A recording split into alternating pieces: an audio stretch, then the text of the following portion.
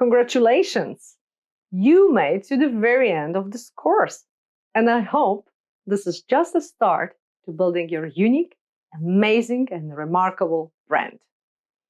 But before we finish, I want to share with you a few final tips on strategy for developing and maintaining your personal brand.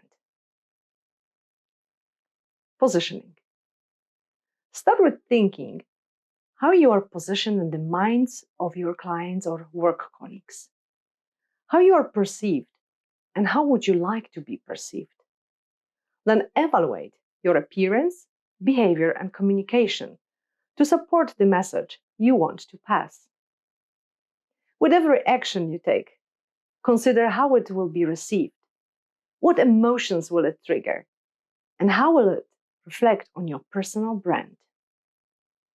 If your behavior will be perceived in a negative way, it will surely influence the way you are perceived and it will become an obstacle to achieving your business goals. Consistency. Keep in mind that your image and brand are constantly evaluated, and every action is assessed and judged. Therefore, you should work hard on achieving consistency in all three areas: appearance, behavior, and communication. If they are perceived as consistent, it gives your clients or co-workers the reassurance on what to expect from you in any given situation. If you consistently deliver on targets, meet deadlines, have a professional look, you are considered reliable and trustworthy. Authority. Your personal brand of an expert or leader has to command authority.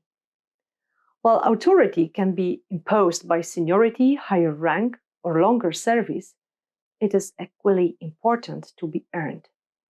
And all elements of the image have to support it. If you look good, appear comfortable and confident, then the focus is on the conversation, and your appearance doesn't distract from the message.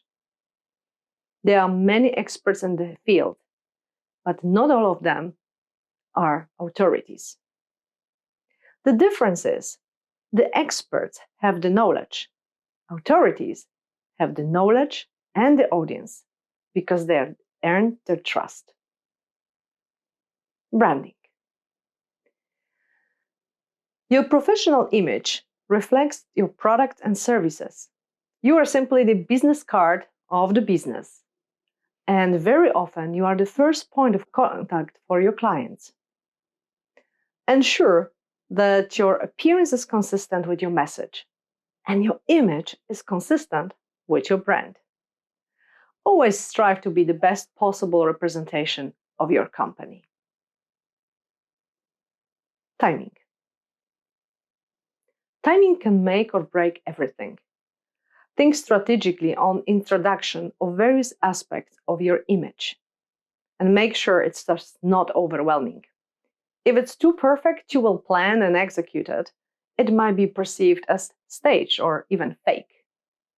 It has to come naturally from within, and you have to consistently deliver the same values and qualities. If you are starting with building your personal brand, best to take one step at a time and embrace the change. Let it become you first before you show it to the world. You have to own it and control it, and it has to be a permanent part of you. I wish you every success in your career and personal and professional endeavors.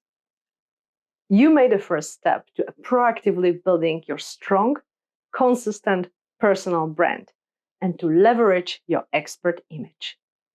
Now, it's time to go and take it to the world.